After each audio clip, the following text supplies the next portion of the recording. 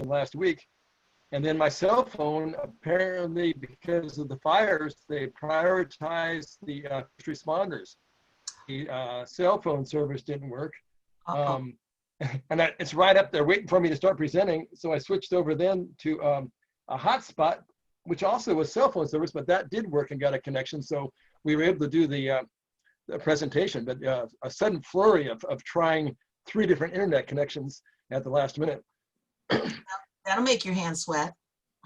Oh yeah. Randy, do we have your permission to record this for right now? Let's see. I have it going to the cloud, I just gotta see. that's okay. Yeah, I'm just trying to think. Okay, if I know I'm being recorded, I know to watch what I say. I'm less candid if I'm being recorded. That's up to you. We don't have to record it, and just in case somebody wanted to, if they missed it, it's up to you. I'm good with either. Why don't you go ahead and the reason is Hyatt from the American Hipsters called me this morning and asked me if I could record this presentation to present at the American Honey Producers national meeting. So if it goes well, I'll ask you for a copy of your recording, and I can let them show that. Perfect. Okay. Well, then we'll proceed. We've got the red dot up in the corner, and we are at 7:02. So I think that if it's okay, do we want to go ahead and get started? Yeah. Let me fill my my cup a little bit of water. I'll be right back. All right. Go ahead. We're up to 17 different clubs that are now attending. Yeah, I'm watching them. It's impressive. Oh, this is like, yay.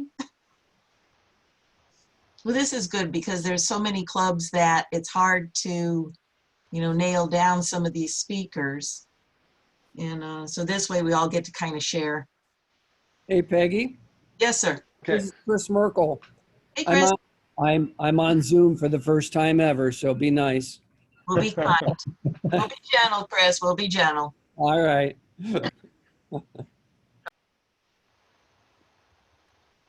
Okay. All right. You're all set, Randy?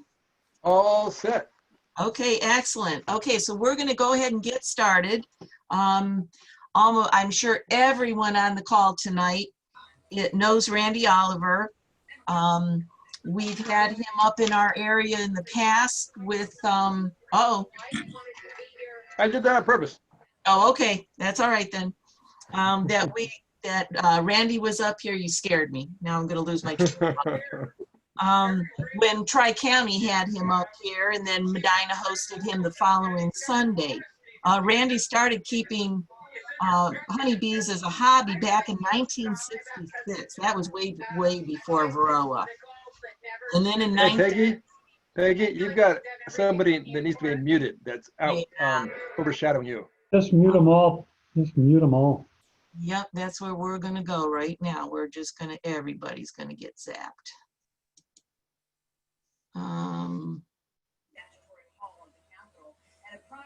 Okay, everybody mute yourself. Don't make me go get you. So anyway, so in 1980, Randy started a migratory beekeeping business in California, only then to have Varroa to come in and zap him out twice. And that's what then started up the research side of this. And Randy currently runs about anywhere from, what, 1,000 to 1,500 hives with your 2 sons? So yep. Keeps him really busy. And so we're really appreciative that you're taking your time out of your day to day to spend time with us. Thank you, Peggy. I'm happy to. Okay, well, let me get to my PowerPoint here. There we go. Okay, so what I'm going to show you is today is just some of the research that I've been doing this, I did earlier this summer. I've got 2 other research projects ongoing right now, one of which is a comparative test of the pollen subs on the market to follow up on the trial that I ran in 2013. So I'm testing 7 different commercial pollen subs versus a sugar control. And the other one is a test of the 2 probiotics on the market. And both of these are long-term trials in conjunction with some USDA researchers who are going to look at the microbiome of the bees, the bacteria that live in the bee's gut, and see if that changes in response to the probiotics. So this one trial that I just wrapped up doing the work in the data, is for mite control during the honey flow. And interesting, out here in California, it's been interesting times. I was working in the bee yard last week, and suddenly a shadow came behind me, and you can see the sun right here. Actually, there was no halo. It was just a little orange dot of sun. And this was in the middle of the afternoon. And of smoke that suddenly started up over the, and I didn't know if we had a rapid approaching fire because we've been evacuated, shut off fires everywhere. At the door of the homeowner and said, be ready to evacuate. Then I drove to a ground, and I could see then the smoke was overhead. It just come over the hill. The wind hit it, and it actually came up north. But it got so in the noon there, they actually had to turn our headlights on. And hey, Randy, it's cutting up a little. Okay, probably nothing. Oh, here, let me hang on. Stop video. Okay, is it better now? Is it clearer? Yeah, that's a little better. Okay, is that clear? Okay, sorry, turn the video off. Okay, thank you. It actually got so dark that we're driving with our headlights on in the middle of the afternoon. It's just amazing. It was like a solar eclipse, but the fires have been very scary out here for us. On a better note, I trained a new field technician. This is my, there's nobody to help me one day on the feeding of the probiotics. We have 3 different jars, color-coded. I blended myself in the trial, so I have no idea which probiotic I'm feeding to the hives. But each hive has a color-coded marking.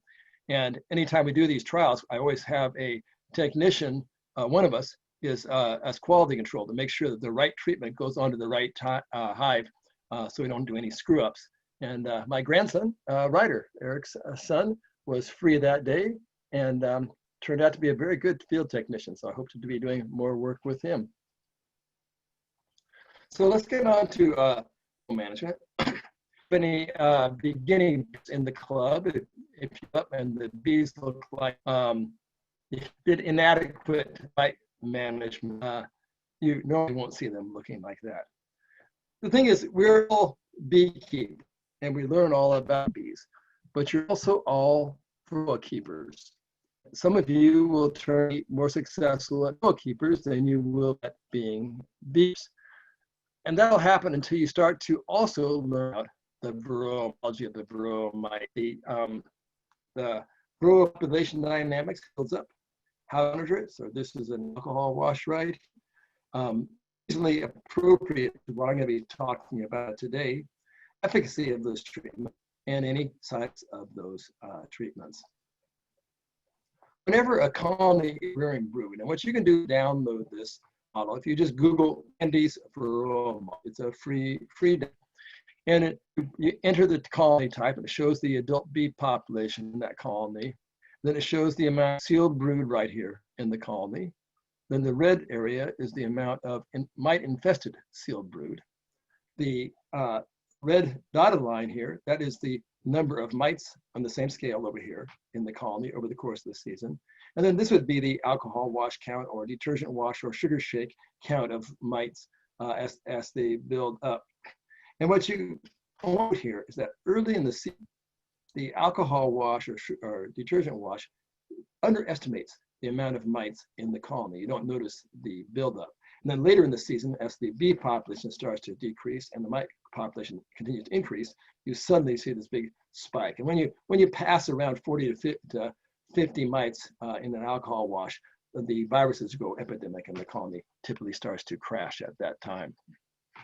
Now, one of the things that's the previous slide, if we go back here, notice really fast early season.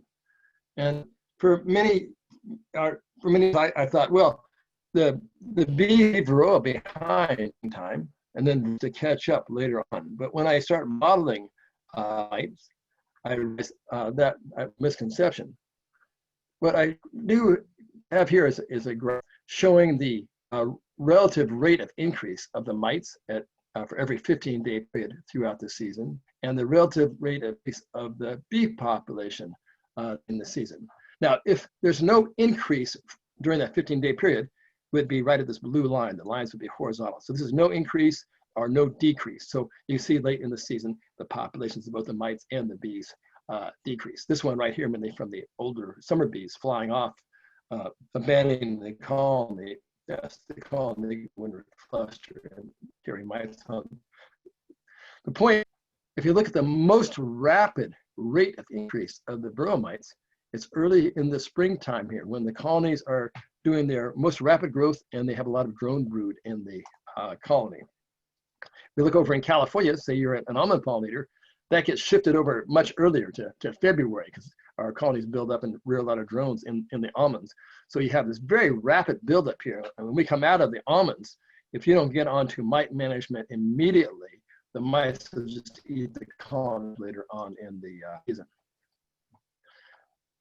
What happens is as the mite population builds up, so this graph shows the mites per 100 bees in a mite wash, and over the period of time. The red line is the plot of the mites per 100 bees. And then this is the prevalence of infected bees in the hive with either deforming virus, the blue plot, or the Raisley cashmere, the paralytic virus complex right here. And you can see they track exactly. As your mite population starts to build, the viruses take off. It's not the mites that actually kill the colony. It's these virus right here. So you want to keep that mite population down so these virus, you don't get a virus epidemic going inside the hive. So the point of this whole thing is often need mites nectar. You might have Hey, Randy, it's still a little bit glitchy. So maybe what do about yes, it's unstable. Let me do that. I'm still hooked to the right. Ah, I see why. My I lost my hotspot connection. Hang on, I'm gonna switch back over. Okay. It'll 'Cause take that a sounds second better here. now. Yeah, hang on a second. It'll be better in a second. Okay, thanks. Come on, come on, come on. This is not taking its time. It hasn't changed over yet. Oh, okay. Okay, hang on. Okay, I'm gonna go blank for a second. Okay. Hang in there, you guys. He's just gonna redo There we that. go. It's starting to connect. Okay. All right, how are we doing now? Does that sound better? That sounds much better. Thank Okay, we're on a different connection now. you. Okay. Okay, mistake that many beekeepers make is they wait until late in the season when they start to see high mite levels and they think that they're going to control varroa, which they can with a 90% mite kill right here. You can drop that population way down there. The problem is you already have this virus epidemic right here, and it's too little too late. The colony is going to be lost. So a different way of looking at it, while your honey supers are on, it's often that critical period of time when your mites get out of control. And while the honey supers are still on, this is when you really have to be doing something. So we really have this critical window here. So here, this mid-June to September window is really when you have to keep varroa down. Here, the beekeeper did a treatment, summer treatment in July, and then one in October. And you can see it kept that mite level down so you can have a healthy colony. But this requires that we treat varroa when you might have honey on the hive. So we have a number of different treatment options. Oxalic acid, the amitraz, the Apivar strips, formic acid, the Formic Pro, Mite Quick Strip, Hop Guard 3, Thymol, the Apa Guard, or Oxalic again, vapor or dribble. Now, I gotta change this. Actually, Oxalic is only legal early in the spring and late in the fall. It's not even legal during this period of time on either side. and not approved when there's honey supers on. Same with amatraz. You need to stop an amatraz treatment 2 weeks before you put honey supers on. It takes 6 to 8 weeks, so that means you'd have to put it on 8 to 10 weeks before you put your honey supers on. Formic acid is approved while honey supers on, but there are temperature issues, and HopGuard is approved. Thymol is not approved with honey supers on, and also you would not want to use it normally in the springtime because it suppresses brood rearing. I'm seeing a lot of beekeepers interested in using oxalic acid vaporization during the summer. If you read the label, it's not approved for use during the summer or when honey supers are on. The other thing is, while there's brood in the hive during the summer, the efficacy is low. So here's an experiment I did with a couple of hives. I tracked the mites per half cup of bees over time. And every 10 days, I went out and I hit those hives with oxalic acid vaporization. And what you can see, it took me 5-6 treatments before I finally started getting that mite level down there. So you can't really expect to have a rapid response from oxalic acid vaporization when there is brood in the hives. Plus, we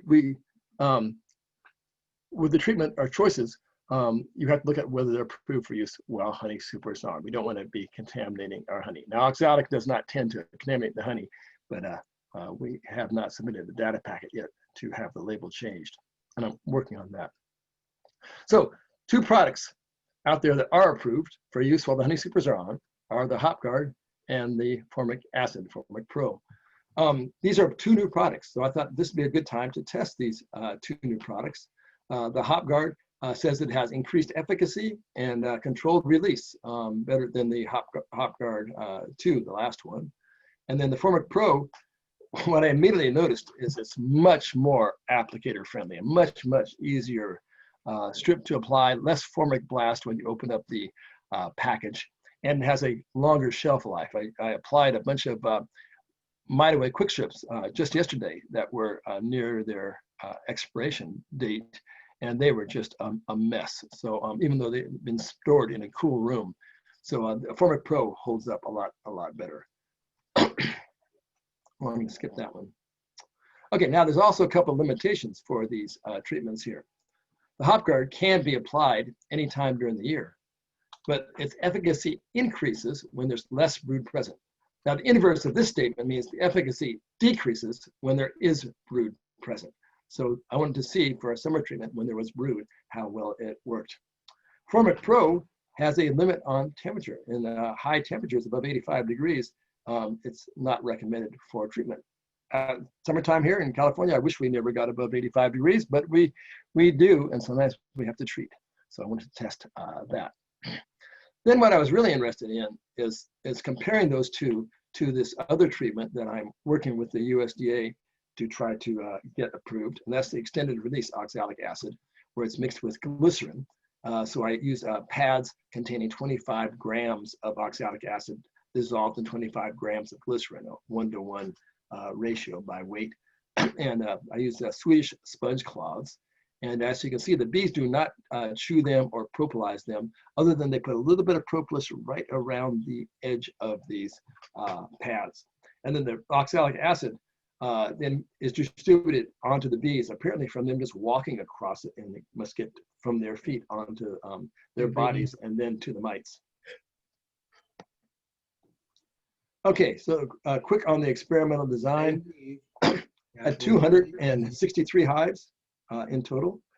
They were distributed in 7 different yards at different elevations. We ran it for 44 days duration from late June until early August. Temperatures from the upper 80s, so above Mite quick Formic Pro recommendation, up to the high 90s, pushing 100 sometimes. But we have a low relative humidity, 15 to 30% relative humidity during that time. Now, I also was interested in seeing what would happen with the queens in applying formic acid during this hot weather. So I intentionally started all these colonies with 2nd-year queens. So when they came back from almonds, we split off the year-old queens into nukes and let them start to grow up. We had a really terrible spring, very tough trying to build up colonies. So instead of having big booming double brood chambers full of bees, we only had about 8 to 10 frames in strength. And we had recently added the second brood chambers to a lot of these hives. Some of them only had foundations. So not ideal conditions for a super strong colony. So be aware that these results may not apply for those of you with big, strong colonies stacked up high with honey supers. I also intentionally wanted a wide range of starting mite levels, and we did feed some syrup to keep those colonies building until we got a little bit of a nectar flow coming in. They're so pretty. So one of the things that you got, okay, somebody needs to mute themselves. Whoops. Okay, one of the things when you're testing for the efficacy of mite treatments is, let's just say you start with a mite count of 3 and you go down to a mite count of 1 to do the treatment. Well, that means that 1 mite in your starting count represents 33% of the mite population. And in a mite wash, you can go one or 2 mites either way very, very easily. So any studies done starting with low mite populations really are kind of meaningless as far as I'm concerned. I want to start with maybe a mite count of 30. And then if I go from 30 down to 1, then I've got some meaningful data and I've learned something from this. Okay. Hey, Peggy, tell you what, I'm going to, since you got your video off, I'm going to remove your picture. If you have a question, why don't you just say something to me and I'll answer it. Okay. So the treatments that I used, the first one was 1 oxalic glycerin pad, piece of this sponge cloth containing 25 grams of oxalic acid. Now, I'll tell you right now, the 25 grams don't all go onto the bees. At the end of the trial, most of that 25 grams was still in the pads. Next one is putting on 2 strips, 50 grams of oxalic acid. I wanted to see if there would be adverse effects of using a higher amount. And notice these numbers, 25 grams and 50 grams. These are compared to the 18 grams that I put on with the shop towels in my trial the previous year, last year. So I'm ramping this dose up a fair amount. This is almost 3 times this dose right here. Then I tried the HopGuard 3, 1 strip per every 5 frames of bees. Formic Pro, there's 2 ways of putting it on, 1 strip and then repeat it at 10 days, or you give them the 2 strips at once. This would be more intense. So I went to compare the 2 of them. And then I had some untreated low mite controls. Now, I didn't want to start my controls with super high mite colonies because 44 days later, they would have crashed. I wanted them to still be alive. And I didn't want to start them with very low mite counts of 0 or 1 because since we're selective breeding for mite-resistant bees, some of them might be mite-resistant colonies and wouldn't show a mite increase. So I started all my controls only with colonies that had a mite count, a starting mite count between 10 and 20 mites, so that they would be able to build up. Okay, we applied the shop towels similar to this year, the 2-half shop towels. And then I made up this slide here just to show you the 3 treatments. They didn't all go into the same hive, of course. This would be a Formic Pro pad. It's got the, I guess it's sawdust in it right here. HopGuard 3, we put in 1 strip for every 5 frames of bees. So the hive's got either 2 to 3 strips in the hives. And then this is one of the cellulose sponges. Now I want you to notice how small the surface area is of the cellulose sponge compared to the surface area of those 2 shop towels. And this may be a major factor that we have to investigate because there's much more bee exposure to this much surface area than there is to this much surface area. Another thing I found is I have been using Nitrile Gloves for these treatments, but I'm a cheapskate beekeeper and tend to pull those gloves off and rinse them and put them back on. What I found was you buy these inexpensive little polyethylene food handling gloves like this, 1 size fits all, and they're much easier to put on and to take off on your sweaty hands in hot weather. And because they're so thin and cheap, there's no hesitation as far as just peeling them off and disposing of them. So very happy with these disposable polyethylene gloves. This would be a typical test yard right here. The colony set up, blackberry just ending bloom in the background, and the flow is pretty much tapering off. And then to our surprise, halfway through the trial, when the temperature got hot, we got some bloom. The bees don't work this Queen Anne's lace or sweet pea much, but oh, I should have showed you back here. We got the first picture, there's a yellow star thistle. And when the yellow star thistle is an unusual plant, it starts producing nectar when the temperature gets above 95 degrees. And most plants just dry up. And that's what happened. When it got very hot, the star thistle kicked in, and we actually put on some honey. Some of the better hives put on 50 pounds of honey during that brief flow. Okay. Any questions, Peggy? Any so far on the experimental setup? Actually, what we had was, are MAC strips considered the same as Formic? Yes, they are Formic, yes. And then where can someone get those pads that you are using? They're not approved for use yet. Okay, this is experimental only. I'm not in any way suggesting anybody use this treatment until it is approved by the EPA. I'm deep in discussion right now with the Agricultural Research Service, USDA, who are the registrant for that. They did the beekeeping industry a favor, and we're now determining their progress, how they're going to plan to get these registered for us. But I have an experimental use permit from the Department of Pesticide Regulation from the state of California, so I'm the only beekeeper in California legally who can use that treatment, and one of the very few in the United States who can use it. So I wish I could say you guys could use it, but no, it's not legal to use yet. Perfect. Okay, thank you. That's it. Okay, so then we collected data, and what we did is so here's hive number 1 down to hive number 23, the yard that they're at, the starting mite count, the treatment. I had midpoint counts on some of them. Later on, I showed whether they're queenless or queen right, the final mite count, and then whether there were very many bees in the upper box or not, to see if that made a difference. This is the first 23. There were 263 lines here of data to analyze towards the end. So I'm going to break it down for you.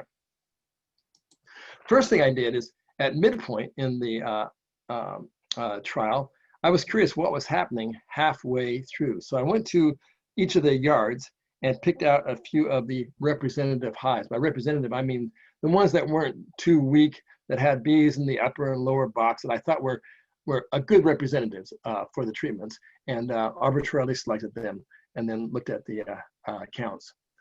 So this would be the control colonies. And as you can see, most of them, there was very little change in the mite levels. There's your mite count here. This is midpoint. This will be the end point later on. Of course, this is just a few of the hives, but a few from each of the yards. And then the mite counts tended to increase a little bit later in the trial. For the Formic Pro, this is one strip treated at this date and treated at this date here. So then by midpoint, you can see the mite counts in most all of these went down substantially, and then either stayed down or very slowly climbed maybe a little bit in the second half of the trial. But a good mite knockdown. And the rationale, I've talked to David Vanderdusen, the owner of the company, about this, and because the lower treatment rate, it may not hit all the mites in the brood. So you hit them once here, and then 10 days later, when the mites are emerging from the brood, you hit them again. So as they come out, they get hit. And you can see we got good mite control here by the midpoint. Put 2 strips on at the same time, you can see it, man, it really knocked them down right here on most of them. And you always have these outliers. But then it tended to do some more climbing a little bit right here, although a lot of them were quite low. So not a whole lot of difference between the 2-strip treatment and the 1-strip treatment as far as the efficacy. HopGuard 3, this was interesting. We got an initial knockdown, and the label was unclear.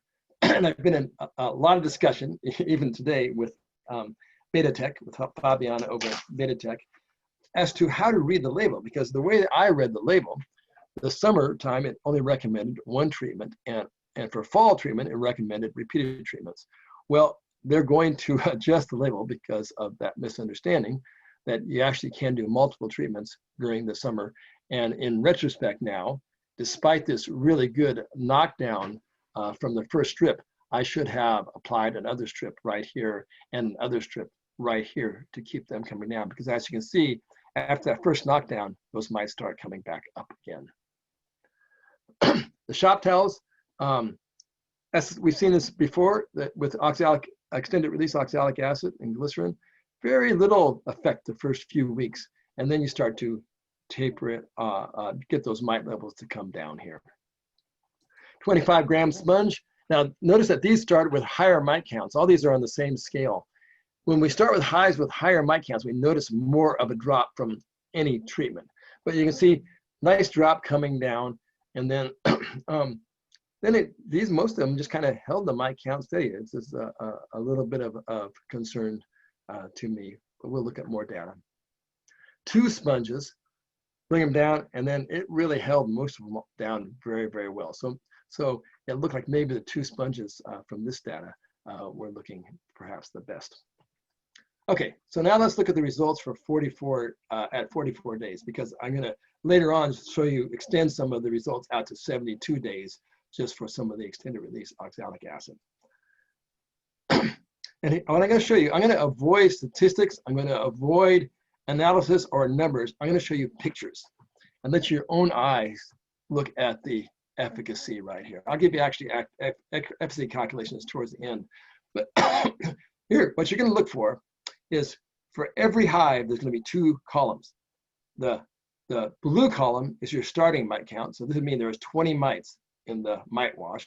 And the red column is your ending mite count. That means that 20 hives, 20 mites went up to 73 mites right here. What you're looking for in these pictures, if you see a lot of red, that's bad. If you see a lot of blue, that is good. So red is bad, blue is good. Each of these letters down here represent one of the yards. So you can see if there was a yard to yard difference in the treatments, efficacy of them. And then at the end, under M for median, I took the median value. Median means that half of the values were above and half of the values were below, as opposed to a mean, which can be strongly skewed by 1 or 2 very high or very low mite count colonies. Median means it's halfway between, or half more and half less. So this would be the group median. So for this group, the mite counts went up. This is a control group actually. So let's go to the control group here. And so for the controls, you can see that we start with mostly fairly low mite counts in the control group. Remember I said I wanted between 10 and 20 mites mostly. Excuse me. And as you can see, a lot of these hives, those mite counts shot up quite a bit. So this is a bad thing. Overall, though, they only went up about to 1.5 times, 1.58 times from the starting mite count. So this is what we compare all the other treatments to this increase rate right here. Okay, for the Formic Pro strips, applied twice. You can see in all these yards, now forget this yard now, look at all the rest of them. Really good mite control across the board. And for some reason in this one yard, we didn't get as good mite control. I have no idea what it was about this one yard, but this is why I break it down by yard so you can see if there is a yard effect. And in this one yard, if you would have tried it, you would have said, wow, that didn't work very well.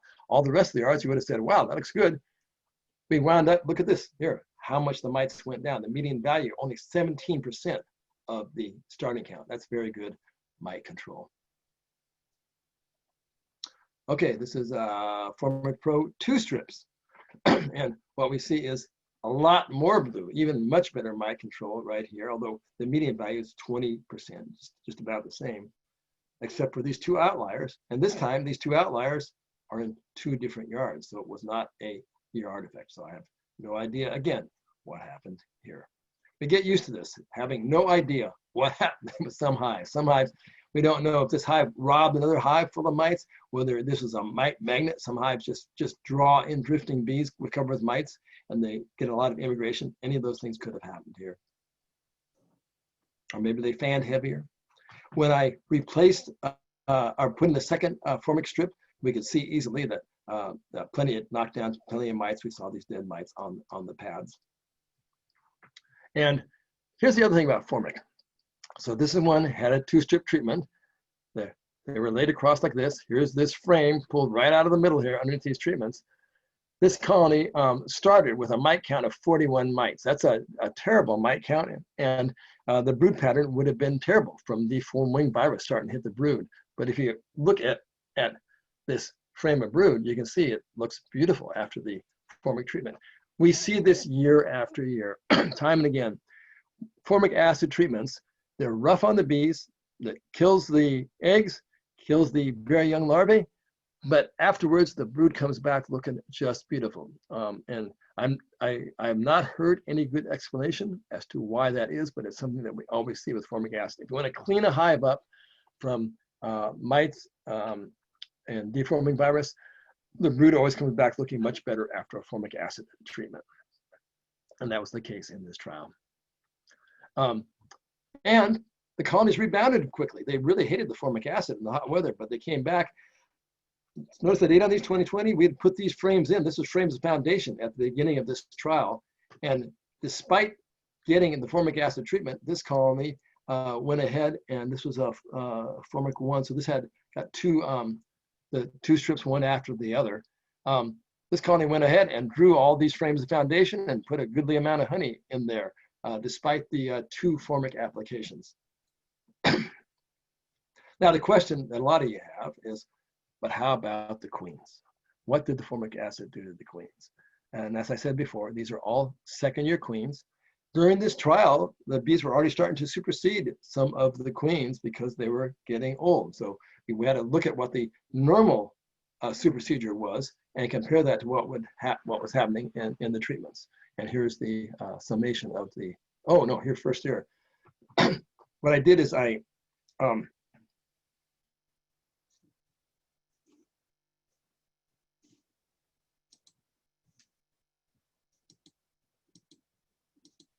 Oh, did we lose you? oh, I accidentally muted myself. I'm having to move the little menus around so I can read my own slides all the time. So I'm constantly having to move them. That screws things up. So notice right here, it shows the high temperature, 85 degrees they recommend. Well, I drew the line at 85 degrees across here. And these are the 2 dates where I applied the Formic acid treatment. So you can see the first application, when I applied the 2 strips, our temperatures were well above the recommended treatment. So with this extreme high temperature to put that on, for the ones where I did the 2 treatments, 1 strip at a time, the temperatures were still a little bit above on the 2nd day after, next day after treatment right here. And when we put those strips on, boy, the bees came out and bearded out. Now, because we had so many 7 yards to treat, if I were doing this in my own hives, I would wait until dusk to put those Formic acid strips in when you have hot weather, much less stressful on the bees. But we couldn't do that, so we applied them in some yards right in the middle of the day in the smoking hot heat. And that looks like it did have an effect on queen survival. So let's take a look at the actual data.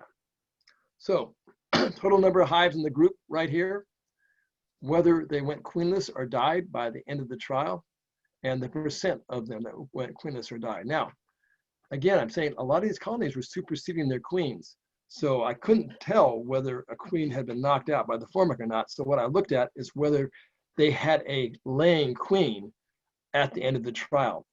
After the Formic treatment, I noticed when I checked back at 20 days after the treatment, a lot of them had nothing but just fresh eggs. So they clearly had lost the queen, but had a fresh queen laying. So this number, the percent that were queenless or died, means that at the end of the 44 days, whether or not they had a laying queen or not. So in the control group, no treatment at all. 5% of the colonies went either queenless or died with these older queens. Formic Pro strips was less than that. So the queen loss rate, our queen at 44 days, queenless, I should say queenless rate at 44 days, was less than that of the controls right here. For the Formic Pro strip, for 6 of the 7 yards, it was slightly higher. Yes, there was 3 of them had gone queenless, 3 out of 28. In the 1 yard, where we really put them in the middle of the day in the strong heat, 100% went queenless. Were not able to requeen themselves. So that tells you something about putting them in the middle of the day in the extreme heat. Hop guard 3, no queen loss at all. And then for the oxalic acid and glycerin, it looks like it's about the same rate as the control group. So I was surprised how low the end result queen loss was with the Formic strips. So they are something that you actually can use during a high temperature if you don't mind some of your queens being superseded and getting a fresh queen. Hop guard. I blocked out the results because I don't think it was fair. I will test it next year and do repeated treatments, but let's just say it did not perform a single single treatment was when there was brood in the colonies was inadequate for mite control. There we go. Okay, the shop towels. These were put in as an afterthought, so I didn't have any high mite hives with them. So the median was down to about 38%. Not as good a performance as we saw in previous years with these. 25 grams of oxalic acid. Okay, we still see a fair amount of red here. Mean reduction at 44 days down to only 53% of the starting count. So nothing to write home about. So that's why you'll see later, I ran some of these same hives for up to 77 days to see what the difference would be. However, oxalic acid with 2 sponges, man, look at this. Median reduction down to 10% of the starting count. So the 2 oxalic acid sponges looked really, really good and consistent other than just a very few outliers here. Okay, so let's break it down for the efficacy of the treatments overall. I use the Henderson-Tilton formula, which means your control group will show an efficacy of 0 because that's your control. Everything else is relative to this. Hop guard, and I did the efficacy 2 different ways. So, and if you want to take a look here, this is the number of hives each of the group. I put a whole bunch in the 1 sponge, which I thought was going to be the best treatment. I wish I would have put more into this group right here.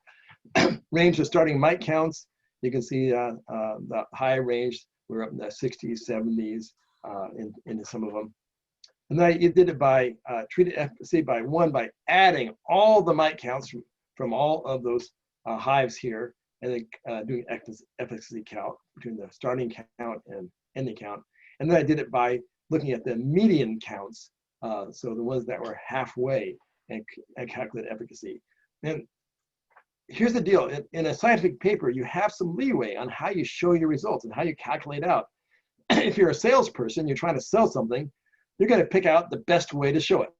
I'm not a salesperson. I got no interest at all. I'm a beekeeper who wants to find out what works well in my operation. And so that's what I did. So I calculated it both ways, and you guys can take a look at the different calculations and see what you think. Again, hop guard, single application, not enough. Don't hold that against hop guard. I'll do it again next year. I'll do multiple applications. You can do up to 4 times a year. Oxalic acid with 125 gram sponge, not very impressive for the efficacy, 60 to 70%. Not bad, but not great. The shop towels, just about the same, that range, that 60 to 70% range, nothing to write home about. Formic Pro with 1 strip. One way to calculate it, 90% efficacy, the other 75%. So this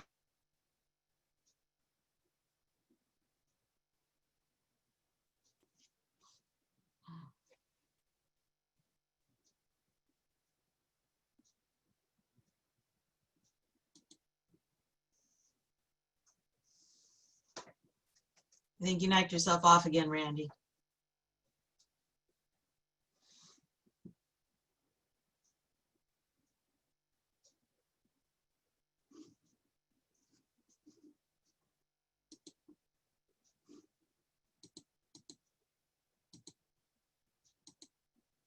one looks pretty good right here.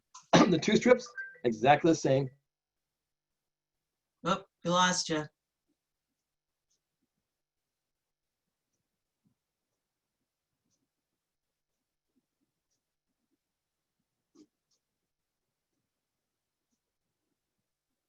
Randy? We lost you. The screen, you lost your screen share.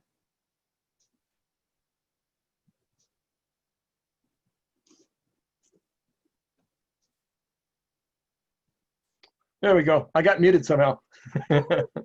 Okay. Okay, so let's see. Back to share screen. And current slide. Yeah, let's go back. Okay. There you go. Now. Okay. So let's take a look.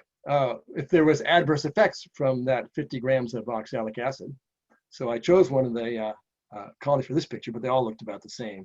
So you can see the 2 pads that were on there, and look at these patterns of brood right here. You guys tell me whether there were adverse effects from the treatment. We were, we just, in general, if you use this 1-to-1 ratio by weight, we don't see adverse effects. If you use a ratio of a higher glycerin content, we can see adverse effects. But this ratio, that 1-to-1, seems to work well. So again, this was a colony that had high mites that is recovering, and cleaned that brood pattern up very nicely. Okay, now, so then I extended this out from the 44 days out to 72 days, and I controlled the 25, compared the 25 grams of oxalic acid, the blue lines, to the 50 gram treatment. And as you can see, so this would be our ending right here.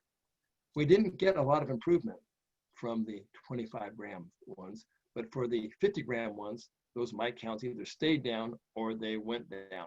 So that efficacy that you saw, that 94% efficacy, would have improved if I took it to the 72 days rather than the 44 days. So very, very impressed by this 50 gram 2 sponges in the Hive treatment.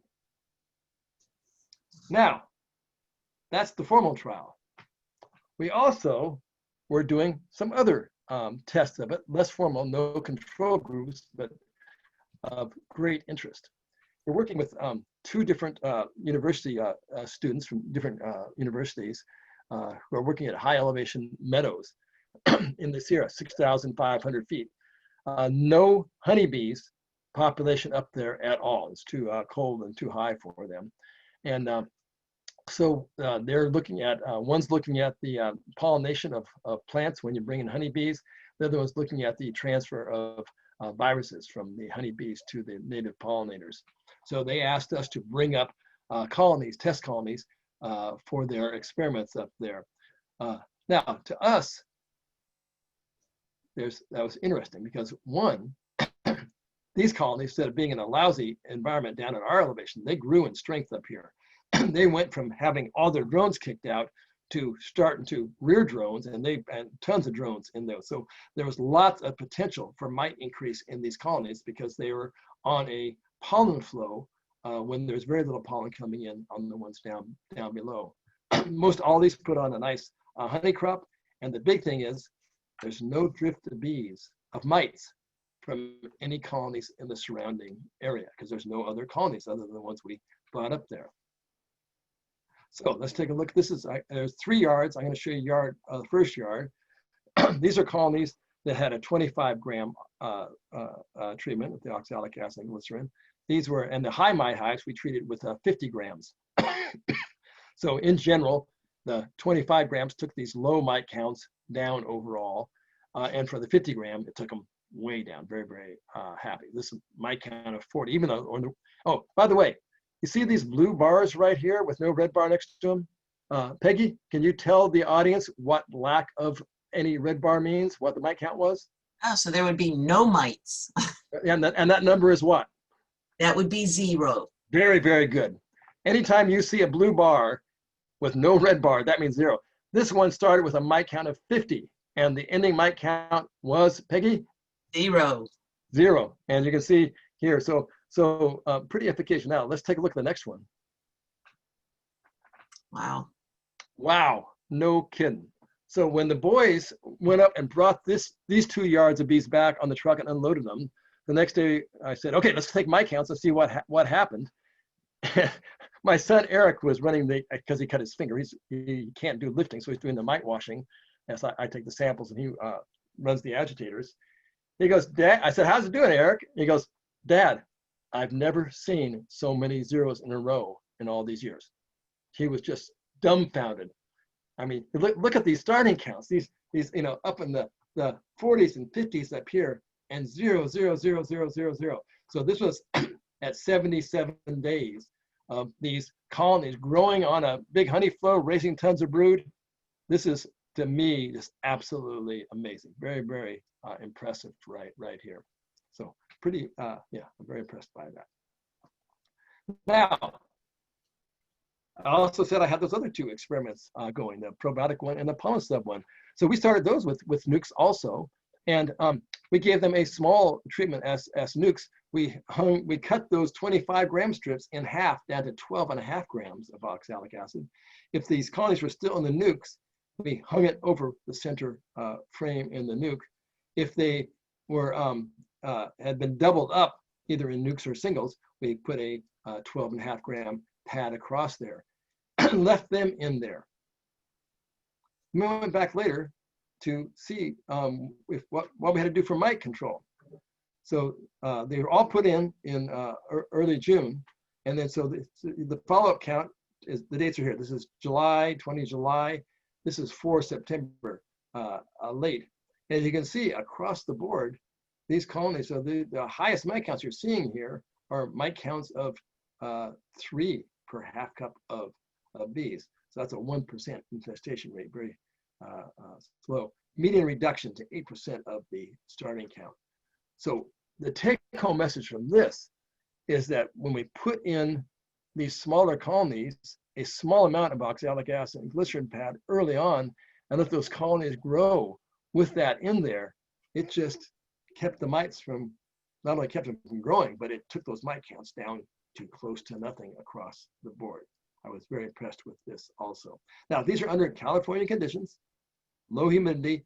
Not sure how this will work in your high humidity conditions back where you guys live. Here's a picture of how we handle these sponges. And I'm not stuck on this. I wasn't stuck on the shop towels. I'm not stuck on the sponges. I have 4 different matrices just came in the mail for me to test out. So we'll be testing different matrices for applying this in hives. One of the things we always do, we have a jug of baking soda, wash whenever we're handling either formic acid or oxalic acid.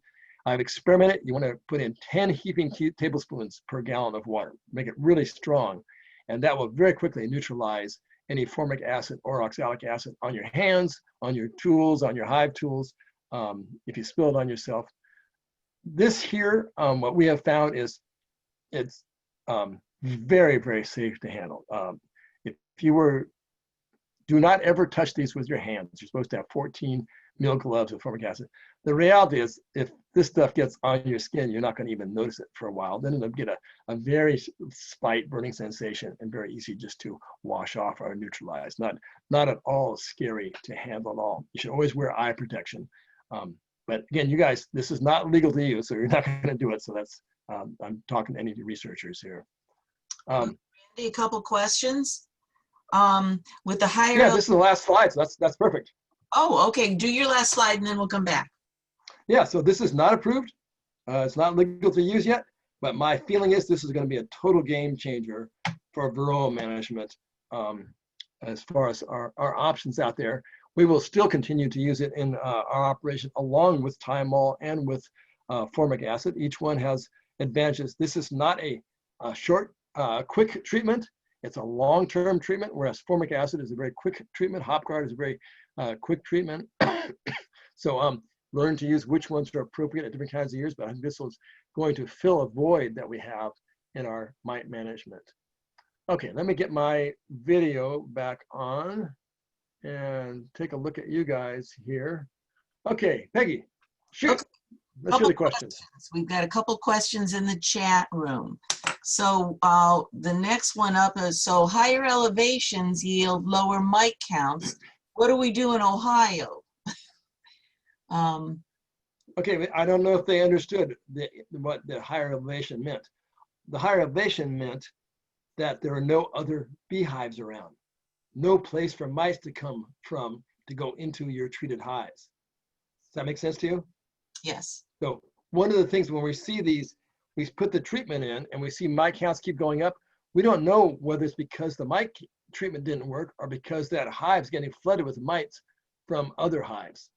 Okay, so the high elevation yards eliminated mites coming from elsewhere, and that may have had to do to show how good the efficacy is if you don't have mite infested neighbors around you. Okay.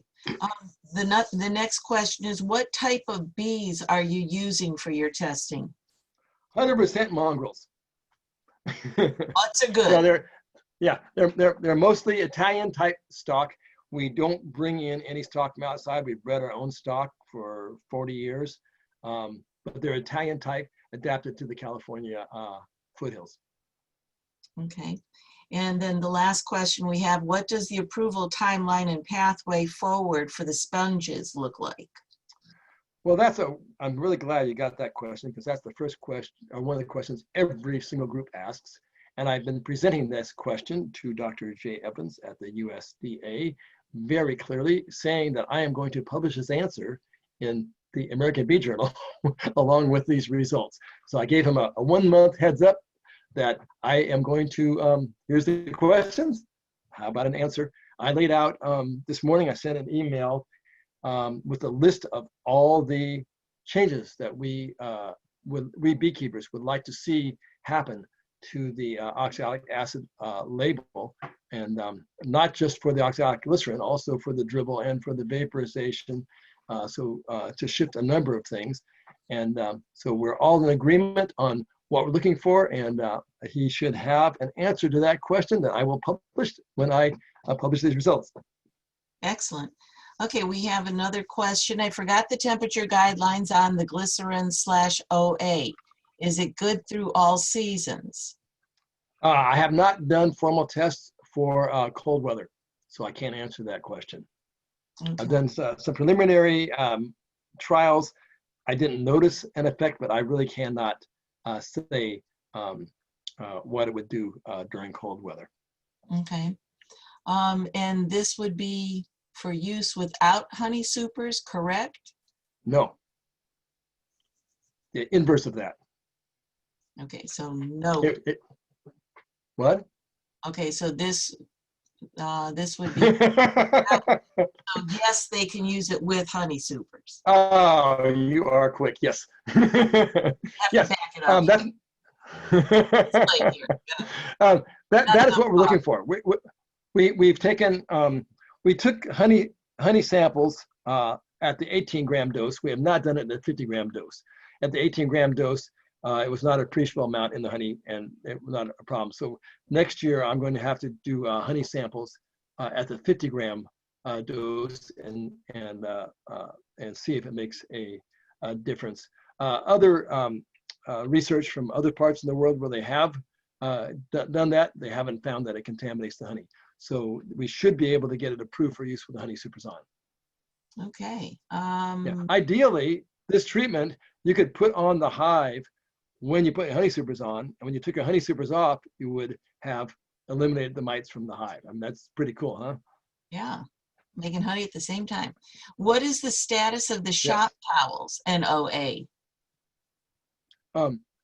That was just, here's what I'm doing. If a pesticide company were to develop a miticide treatment, they would do 5 to 7 years worth of research, and you would never hear a thing. All this data would just be in-house, never shown. They'll pick out the very best of it, they'll present that to EPA, and that's what they're doing. Since all my research is funded by beekeeper donations, I consider the beekeepers to be stakeholders in this, and they deserve to see my progress reports. And so that's what I'm doing. All I'm doing is, since you guys are supporting my research, I'm showing you what I'm finding, the good, bad, the ugly, and the experimentation. The shop towel was just a preliminary test for a cellulose matrix. I had no particular attachment to the shop towel. The sponges here hold much more, they're thicker, and they maintain the delivery of the oxalic acid for a much longer time than the shop towels do. So that's why at that 77 days, we start to see these really, really high efficacy. And I'm going to try these other matrices here. So this is all in the middle of experimentation. This is all preliminary research. This is not a done thing at all. My hope is that I can get a generic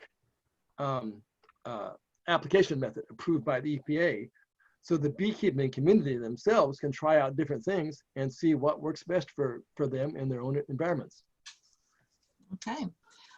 There's a question from Lorraine. So my challenge is honey supers on and high temps.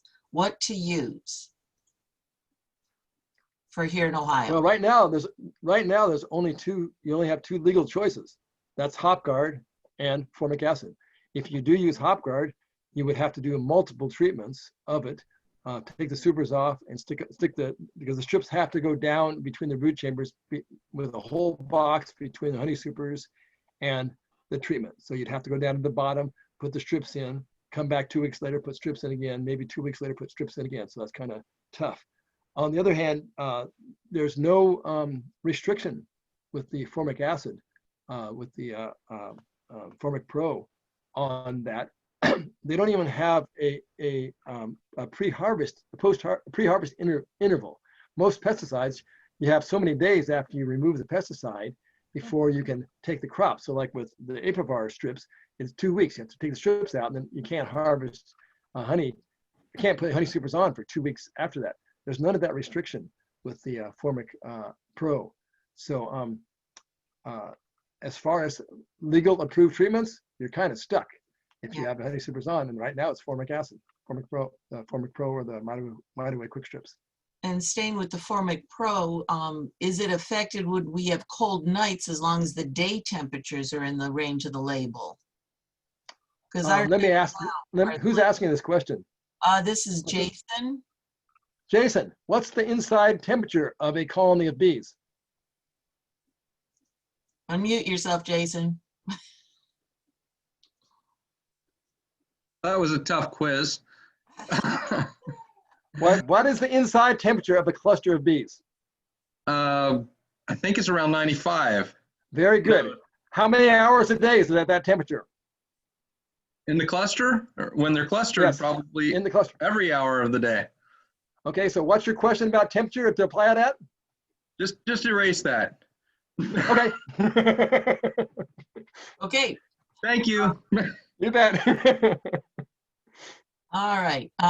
Actually, Jason, I was thinking that too, because it was 37 this morning. I'm thinking, geez, oh man. Okay. Yeah, I just But put it on recently is why I asked, the strips go right into the middle of the cluster. Now the bees will fan to get it out, but with the Formic Pro, it's very short here. Tell you what, let me see. I'll get you a picture here. And while you're doing that, share screen. we have a question while you're looking for that one. Yeah. Do you use oxalic acid vaporizing? I have not to much extent. We're not too enamored with it due to operator risk. We find it not. We like the oxalic acid Dribble a lot. And hang on a second. For some reason I'm not being able to find my Excel. Oh, here we go. Oh, I also did thermal treatment. I'll show you the results of that sometime. We're out of time now. Here, Formic Pro. Okay. Share, new share. Okay, can you see a graph red and blue? Yep. Okay, so this is, I put in Formic Pro, my quick strips are red, Formic Pro are blue, and then weighed them every day. So two Mite quick strips and 2 Formic Pro strips to see what the release rate was of formic acid, and per day. You got roughly 100 grams of pure formic acid in each of them, and they release at just about the same. Now, notice how much is released so this one here, this would be for the first 24 hours. This would be for the second 24 hours. So what you're going to get is in the first 24 hours, you get about 27 grams released.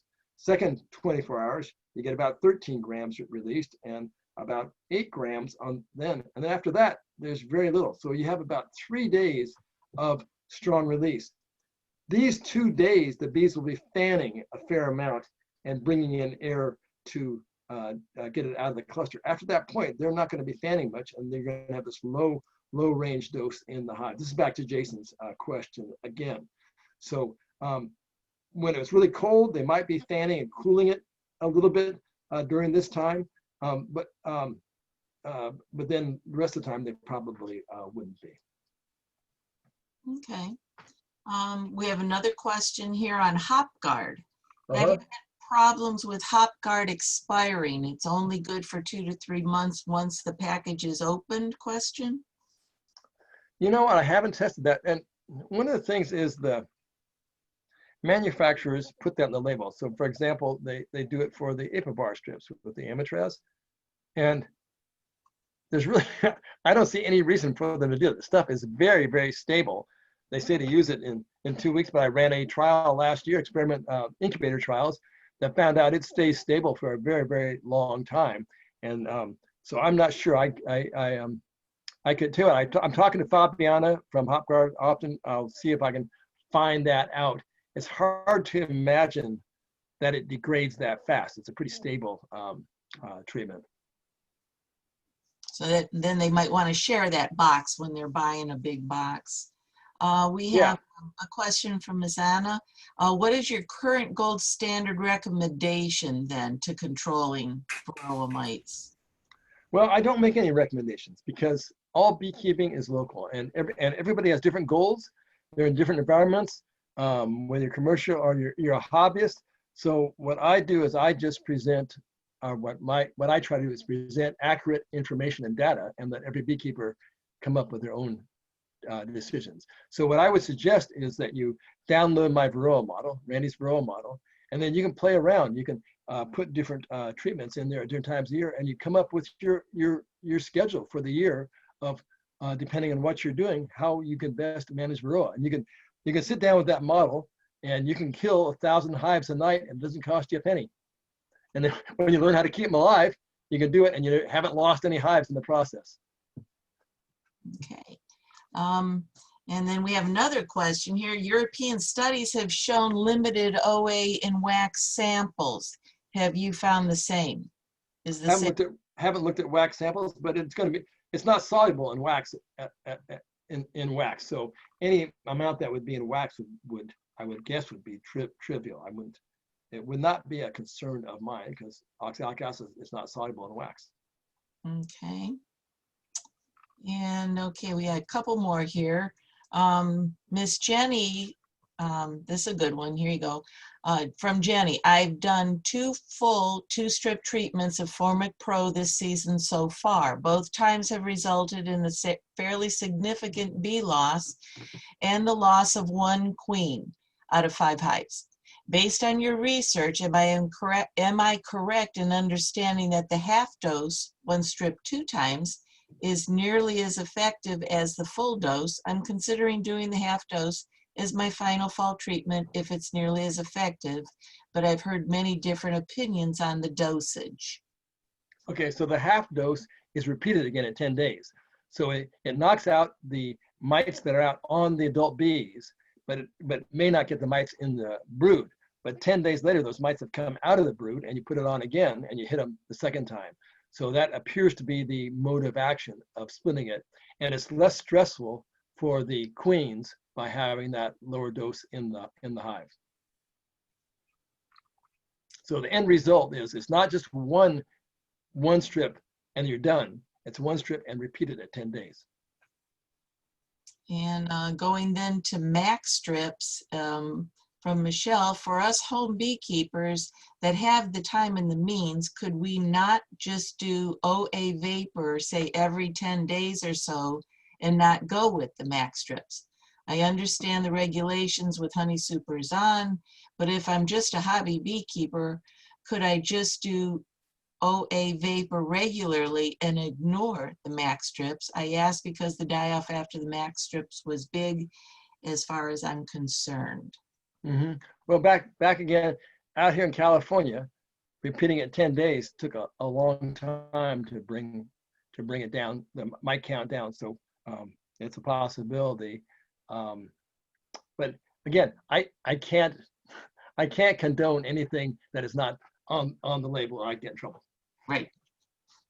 And here's another one from Tim. How frequently can you OA dribble without detriment to the colony? That's a really good question.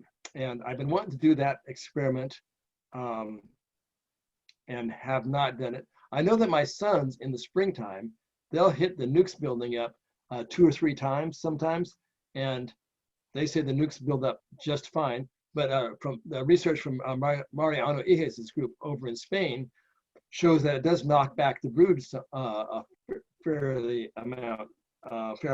That kind of surprises me because that's not something that we see to any great extent, but I have not yet done a formal trial, so I cannot answer that question. Okay. And then we have Miss Chris. I was told that formic acid falls down through the hive box. We were initially told to place them on the lower brood box, but it seems to make sense to put them on the top and let the fumes drop through the hive boxes. Do the strips have to be placed on the bottom box, or they can be placed above the second brood box? Okay, so yes, formic vapors are denser than air and would tend to fall if there were no bees present. But the bees very much can control how the air moves, very much. It's really up to them how they move that air around. So what you want to do is to put them right in the middle of the cluster, and then they're kind of stuck with it right there to get it out. If you put it outside the cluster, it'll never penetrate the cluster because they're going to blow it out of the cluster. So you want to put them right in the center of the cluster. Okay, and then we have one from James. Since hives have very little brood in the fall, is there any data regarding using single strip treatment of Formic Pro versus the traditional double strip, or repeat a single strip in 10 days? I like this. You know, it depends a lot. So like right now, I'm treating a bunch of nukes in fairly hot weather, not really hot, with Formic Pro. And what I do is, depending on the size of the nuke, so I got some nukes that are only 3 frames of bees. The Formic Pro, on some of these, and there's a dark lid, but I put it across the top bars, and then I smash the lid down on the pad. Now, that takes your evaporation surface from the top of the strip down to what amount, Peggy? The same number. Oh, I was just looking. How much evaporation surface is there at the top of the pad? The lid is smashed down against it. 0. Right. 0 evaporation surface because I put the lid down against it. On the bottom of the pad, you got your top bars, 1 3/8 inches across, and 3/8 space. 1 3/8 of wood, 3/8 space. So your only evaporation surface on the bottom is those little 3/8 inch spaces, and you have a little bit around the outside edges. So even putting a full Formic Pro strip on the top bars of a nuke and putting the lid down out in the sun, the bees didn't even beard out the entrance at all. Okay, and what I find is if you put the Formic Pro strip or max inside a hive between the supers, in a few days you can hardly smell any formic acid.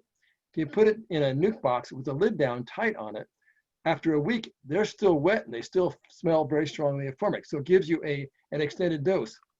And I haven't tried this either, in a beehive, my guess is to put a plastic bag over the top of the strip and put it back in. That'll cut your evaporation rate down to half and extend the treatment. Okay, you have a plastic bag left in there, but or anything impervious over the top of the strip is going to cut your evaporation rate down tremendously. So that's something that people can experiment with. If you're having it too much of a blast, just cut the evaporation rate down by covering part of the strip. Yep, that slows them down. Yeah, you're still going to get the total amount of formic acid will be released, but it will be released at a slower rate. Yes, and then we have one last one, back to the max strips. On our nukes, would you Okay. use half a strip then instead of a full strip? So again, the trick I just said, by putting the lid down, you can make a difference. So what I'm doing right now, those nukes that have a low mite count, I'm using a half a strip, and the ones that have a full mite count, I'm putting a full strip on, and then pressing the lid down over them. Okay. Well, we've had several. Thank you very much, Randy. We appreciate this. And You I bet. think that's all of our questions then. So if there's Okay. anything else, I would, and again, I have recorded Nope. it. I'll upload it for you. And I'm going to go ahead and stop it now.